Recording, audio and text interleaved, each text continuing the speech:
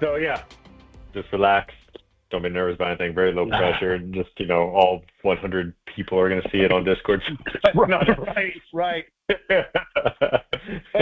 We had it was like a comedy show before there were podcasts, and that was one of our main jokes. Is that we had tens of listeners last night. Yeah. So there's no reason to be nervous, right? So yeah, tens of fans. Yeah. Hey, some fans better than no fans. So, oh yeah, absolutely. Yeah, dude. All right, man. So I'll kick it off. Hey everyone, this is Justin Squires. I'm with Limitless TrueVibe, a Discord or community, I guess you could call it, centered around electronic music artists, producers. And this is the second episode in a series of artist spotlights that we're trying new for 2026. So hopefully, people like it and we push forward with it. So today I have with me Tanglebloom, also known as Maynard Store. How you doing? I'm doing pretty good, man. How about yourself? Hey, I'm well. Hey, so for all the listeners, we had quite a bit of a technical problem, but hey, we got it sorted out, and now we're here, right? So, hey, I'll just call you Maynard for the interview, man. So, can you tell me a bit about Tanglebloom, the idea behind it, like what got you into producing? Well, I've kind of lived in music all my life. From a little kid, some of my earliest memories was playing 45s at my grandma's and, having her write my name on the labels of the records that I liked. So I had stacks of them. So that was, very early on, I liked different kinds of music, and I got a lot of influences that way. My dad used to have a reel-to-reel tape recorder, and so I had very early access to that sort of thing. When I went into high school, I started playing instruments, and I played in bands. Okay. Way, trombone, drums, that sort of thing. I did a lot of, theory classes and composition classes, and I learned to write for symphony bands, stuff like that. That was nice. Actually my first foray into a DAW was in that class, although it looked nothing like what it does now. You literally were taking notes and putting them on stabs, and then you'd name the instrument, and it would simulate that instrument on a synth you could not tweak. But it would give you a very basic symphonic setup, but it looked like sheet music. Oh man, that's cool. So you have some music theory background, then. That's taboo here in the producing world that I've noticed. Is it? Yeah, I'm kind of classically trained in that way. Jazz band and all that. So after I graduated, I played in some rock bands and funk bands, and I found out pretty quickly that the musical sketches that I was making just didn't vibe with the other members of the band. They weren't into it.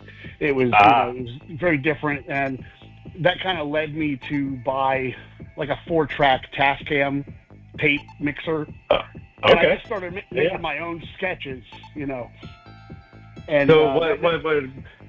Sorry, man. Go ahead. Oh no, I was just saying that sort of thing gave me, there was no compromise. It was full freedom. And it felt really good to do that, and it kind of set me on my own journey that way.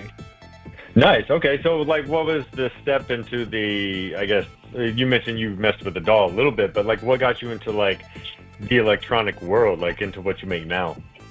Okay, well, how that came about, how I became a fan of electronic music, was when I was, I say 13. I got a subscription to College Media Journal, which is a monthly magazine. It comes with a CD every month of underground, college radio stuff that they were playing at different college stations across the country.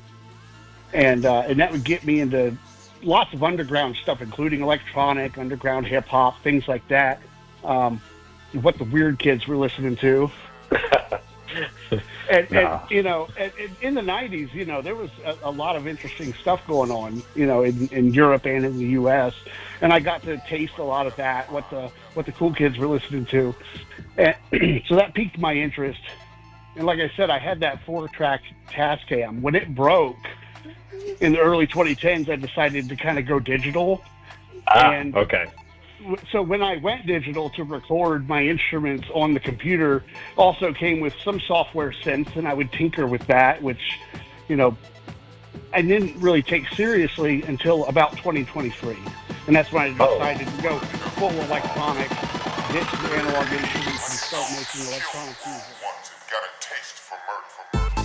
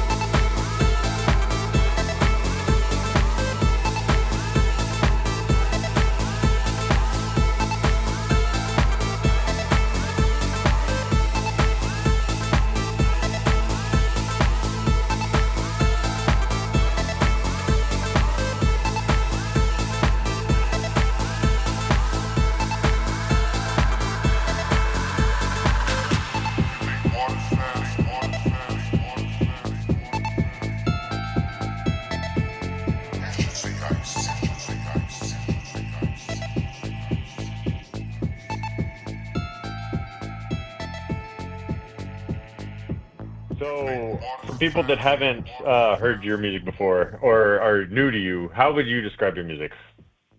Uh, I would say it's kind of rhythm based. It's kind of tribal. I think so. I put a lot of different instruments than I think normal folks would, the standard producer would put in there. I like to listen to different things. Well, the one track, throwing banjos in electronic music is a little funky, but that's kind of where I go. I kind of like jam different things together and see how they fit.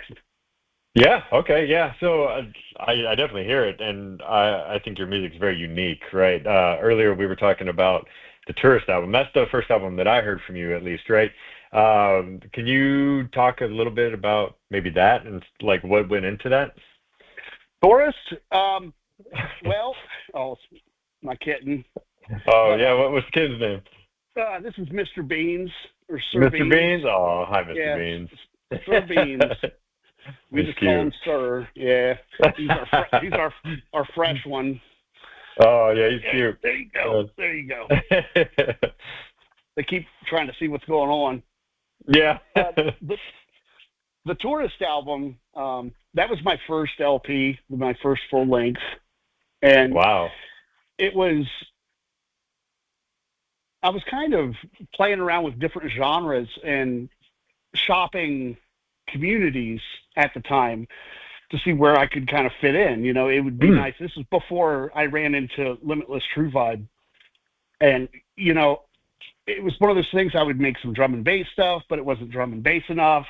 I'd make some tracks that were sort of vaporwavy, but they weren't vaporwave enough. And they would be like, "It's okay," but and I always felt like an outsider as I was making these tracks, and I kind of felt like a tourist, and that was where the title came from. Ah, As I was interesting. going through these, because there's a couple of tracks that are kind of four on the floor, and one that's more drum and bassy, and some that are more composed. But Yeah. always a stranger looking in to that community. Okay. Yeah, no, that makes a lot of sense, right? Yeah. So, what have I experienced at least, right? Like imposter syndrome, like at least I have that feeling, and it never really goes away. So I understand where you're coming from on that. Yeah. So Yeah, that's interesting. definitely. hmm So, what was some of the themes behind the music? on the tourist album? Because you have some pretty unique names on it. I'm just curious, like where you pull that from. The names, I don't know. The names of the titles came from, kind of from where, just how I felt at the time. Okay. With making it, Yeah. I think what was one was like Naya Shahar, which just means new city, which is coming into this new thing. I committed to making an album, and that was what I was doing. I was coming in as a tourist. I'm flying Okay. in. I'm kind of a stranger, that sort of thing. Cloud Break Sunbeam, another title, was just I I felt like things were kind of dark and bubbling, and then all of a sudden a flash of light, and that's breaking through the sky kind of deal. So Okay. Okay. kind of how the music makes me feel is how I was naming it as I went. Habebe, probably the only other one that didn't go that way, but that one's an interesting story, how that came about. And I think that was right when I decided to call the album Tourist. I thought immediately to this track I had been playing with, where I gave myself some restrictions or limitations. And this, which I love to play with, I feel like restriction is the mother of creativity for me.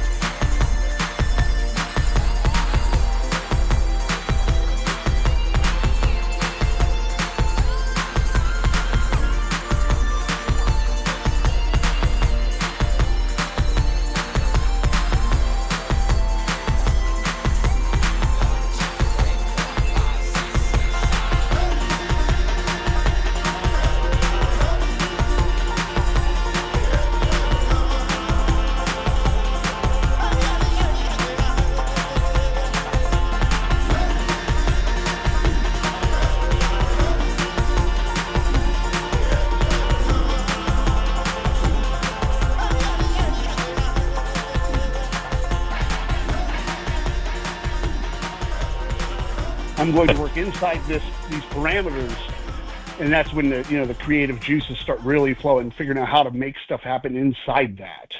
Okay. So this one was there's like a website called Radio is a Foreign Country and .com. Radio is a Foreign Country.com, and he just has a bunch of old cassettes and live. It's like a live audio stream of cassettes he had picked up from and radio broadcasts from all across the world. Oh, and so what I would do, I just walked on there or hopped on and just recorded an hour of audio.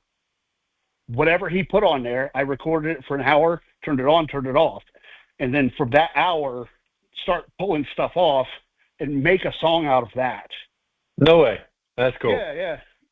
And then, and that was my project for that day or that year or whatever. When I decided to call it Tourist, I pull it up and, then I tweak it from there. But the initial sketch came from that radio. Okay. Yeah. Yeah. That's very interesting. A lot went into that, more than I would have ever thought. So I know before on the Discord, you and I kind of talked about your newest project that I've seen, the Postmodern Liturgy. Yeah. Like you said, the idea came to you when you were sick, unfortunately. But I was wondering if you'd be willing to talk about that. Like, what gave you that idea for that album?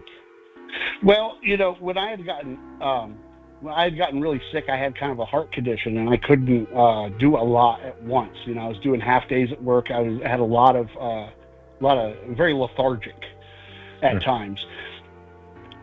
When I was, and that comes with a bit of depression at Yeah, that for time. sure. So, feeling bad about yourself, feeling down, and it's like, okay, how do I get back up? And I decide, okay, I loved making videos. I just did the video for Tourist album. I love making music. I just want to record something that's in my time, and I want to do like a minute song or a minute video, and make just 60 seconds. That's all I'm going to promise myself.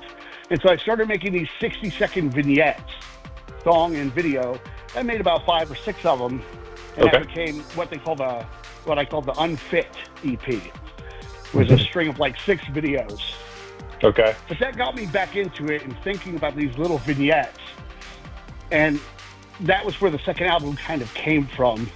I decided I wanted to make a bunch of little tracks, but I wanted to make them quickly. I wanted to pick a song, do it in a day, done, and don't touch it again.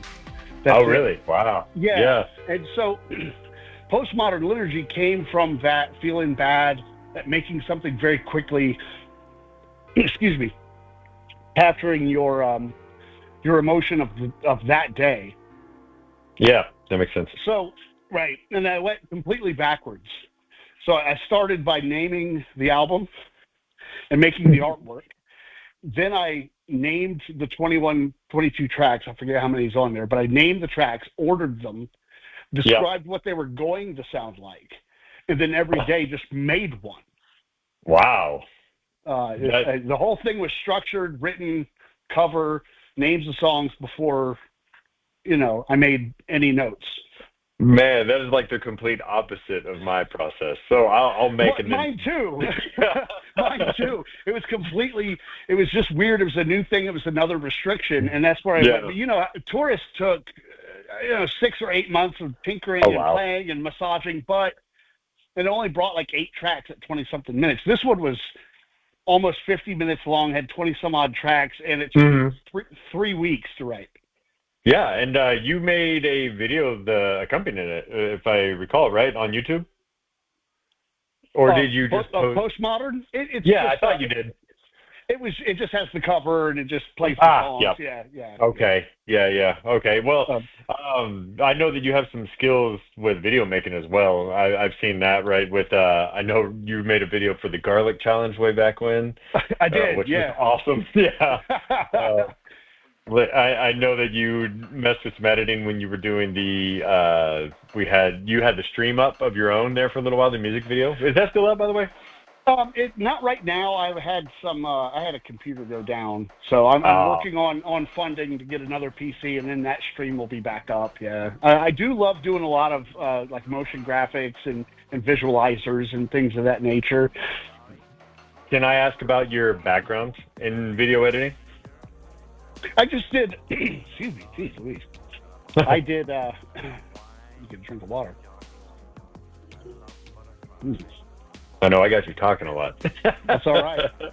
Background in video editing. I started out just kind of tinkering with it for fun, and I ended up getting charged to make those videos for my job. It was a very small company, and they wanted to do some marketing, and I just decided, okay, I'll take a shot at it, and downloaded video software and just learned how to edit and go that way. So that's how that started, and I liked it a lot, but it was very restrictive.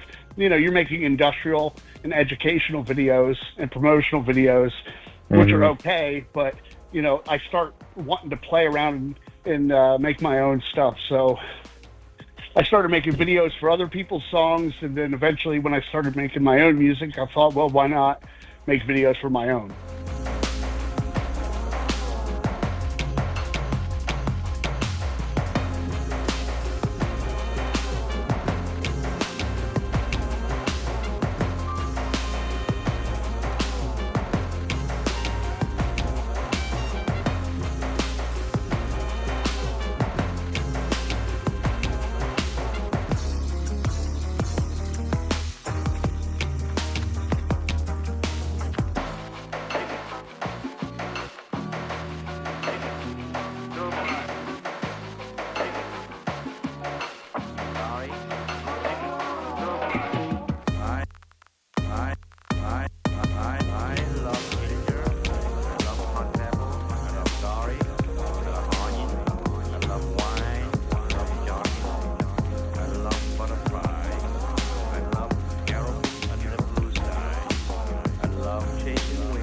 I see you have your setup behind you. Would you give us a little tour of what you work with? Yeah, it's nothing special. I've got I work in Ableton mostly, and Okay.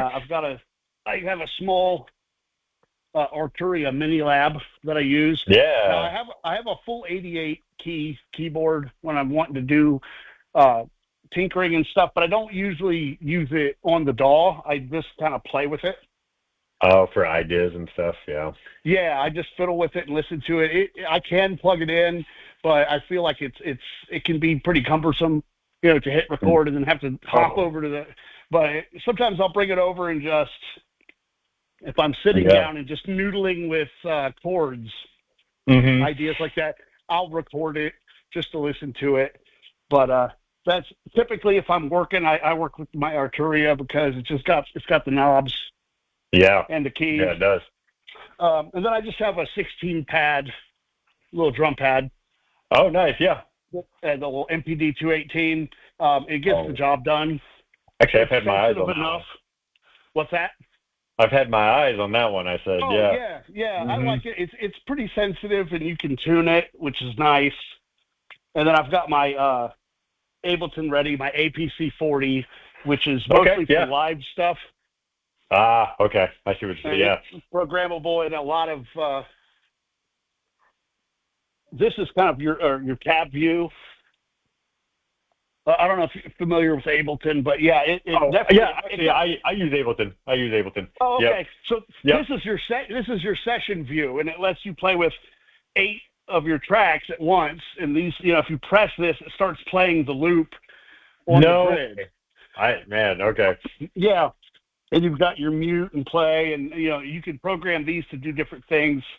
So I've been toying with the idea of using it to make like live DJ sets of Oh. songs, Okay. Yeah. So and you're that trying to that was kind of perform the and stuff. idea. That's cool, man. Yeah, I was thinking about it, but yeah, that's basically what I got, and I've got Ableton with me, and I have a handful of plugins that I like to use.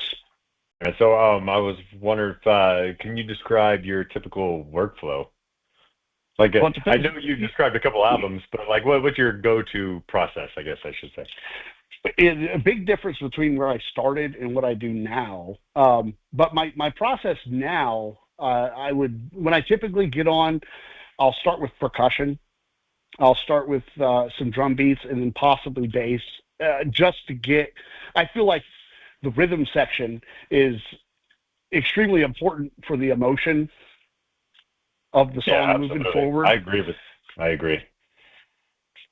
So, the choice of percussion, what it's going to sound like, and how it's going to mesh with each other, and Mm. the particular rhythms that you're using kind of dictate your genre. I firmly Mhm. believe that. No, I'm with you So, on that. Yeah. So and I know, I'm a drummer myself. oh, okay, yeah. So you know what Yeah. I'm talking about. Hmm. They say that drum and bass is just an eighth note shift away from being bossa nova and back Yeah. and forth. Yeah. 100%. Yeah. Okay. Yeah. That's what I do too. I start with the drums and I just kind of go from there and fill it out the rest of the way. Honestly. Yeah. So I did have another question for you regarding. So this is actually from one of the Discord members. Uh, yeah, I kind of reached out. Okay. No, they were wondering. Basically, do you prefer whole album releases over singles, and why? Full albums, 100%. And I think it has a lot to do with kind of time in a way. Hmm. And when I grew up being Unc here always bought albums and was not in the world of weekly single releases. Yeah. And your mileage may vary, but I always felt like artists that I listen to, there are some albums I like and some I don't. And I think a lot of it was because these guys record their albums at one point in time. They're putting it together, and then they move on. And that's that stage of their career or their art. Yeah. Yeah. Exactly. And I feel like that kind of captures the album release. As my first EP sounds nothing like my second because I was doing something totally different. And I feel like you can release over time, but if you put a cap on it and say Mhm. this is a collection of this stuff here, I feel like it flows better. And and that's just for me because I Yeah. am so new and I'm evolving quickly that I like to put it in bookends and deliver it as an album or an EP at least and move on. Yeah, no, and I think that's a good way of thinking about it, honestly, right? Like, personally, that's how I kind of like things too. I don't always stick to that, but I like the idea of it at least. It's like Right. you see your SoundCloud artist, and I mean, it's like weekly release after weekly release. I can't put out music that fast, So, No, but yeah, if I did, it wouldn't. I don't think it would be me. yeah, no, I think it would feel forced. I think. yeah, no, that's fair.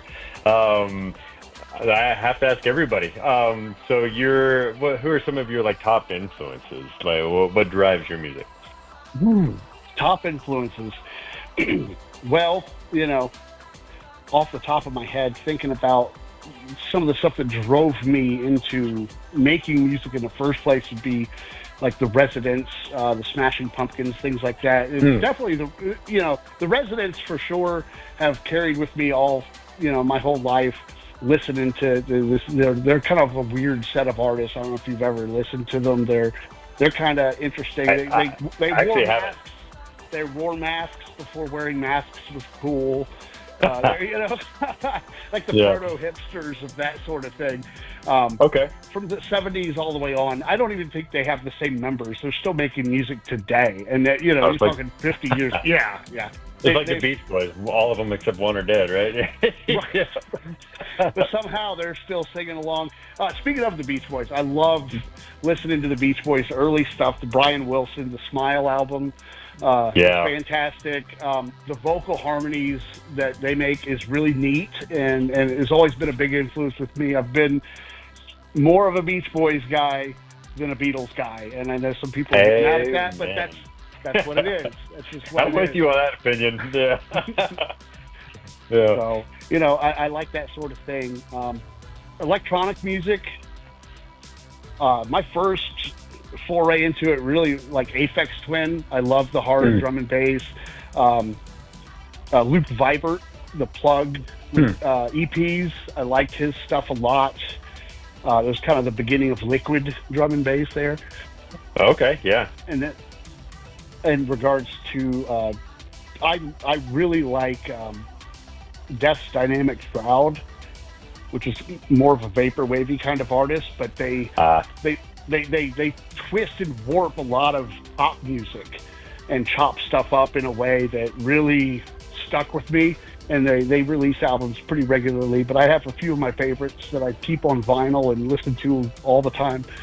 Okay. Yeah. I'll have to check them out. I haven't listened to them. Yeah. Death's Dynamic But, Shroud is cool. Yeah, I can shoot out.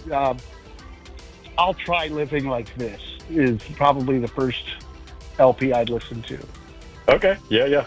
No, I have to check them out. That sounds very interesting, actually. So, you said you've been doing this for a couple of years, but do you have any advice that you would give to like brand new people trying this out, right? Like what made you stick with it since 2023, right? Like what drives you that you could pass on to others? Say advice? Color code your tracks. Definitely color code your tracks. And, try to keep things simple. If you feel like that, learn the rules and so that you know how to break them. I think is my best way to go because, I've only been doing electronic music for a little while, but having composed a lot of jazz and orchestral pieces, things of that nature, and playing in bands and music for a long time. I've been making music for 30 some odd years. I don't really talk about some of the bands that I've played with, keep that kind of separate, but I have done some touring and things of that nature. And Okay. Yeah. I say to people, just, learn the rules so that you can break them. Yeah. Yeah. Absolutely. No, that's a good piece of advice. That means you got to go out and learn music theory. Unfortunately, right? Yeah. No, all the time. But there's I'll say one key rule that a lot of people say, and you probably heard this a bunch of times, is one bass track. Mm-hmm. And don't have more than one bass track because it's going to muddy things up. Yeah. In fact, you want to duck it under all the kicks because you never want more than one bass sound ever coming out at once. Well, you know, orchestral composition has a stand-up bass and a tuba and a bass trombone, and they usually have 3 or 4 different types of bass sounds happening all at the same time. So, you know, that rule is great to understand why, because, you know, you don't want to muddy up your bass, but you can use multiple bass sounds. You just have to know how to integrate them properly and compose them. Yeah, no, that's well put. I break that rule constantly. I've got 2 or 3 basses all the time. So, could you tell me what's on the horizon for Tanglebloom? What do you have that you're working on right now, or that you're planning? I have a couple of thoughts, a couple of EPs that I'm working on right now. I had a sketch of a water-based tragedy that might be coming out this summer, and I've got a few other ideas just floating around in my head, stories that I'm building, and you know, we'll see. I know I have at least an EP, and the summer might bring another LP. It just depends on how quick I can get things done. Thinking about working on a video game one day. Yeah, no, you should. That'd be cool. And incorporate your own music, right? Right. We can get all the guys in it, you know? Yeah, absolutely. Yeah, we can make it a challenge, and then we can just create the whole game. No, all right, man. I don't want to take any more of your time, so I appreciate you taking to sit down here and interview and let people get to know you and stuff. So is there any passing thoughts that you want to say before we depart? Check out Limitless TrueVibe on YouTube for sure, and check out Radio as a Foreign Country. You know, world music is pretty sweet, and you might get some good ideas. Yeah. No, I appreciate the shout out, and I'll check out that website as well. That sounds interesting. So, all right, man. Thanks you very much, and everybody have a good day. Justin Squires again with Limitless TrueVibe, and we'll see you later. Take care. All right, man.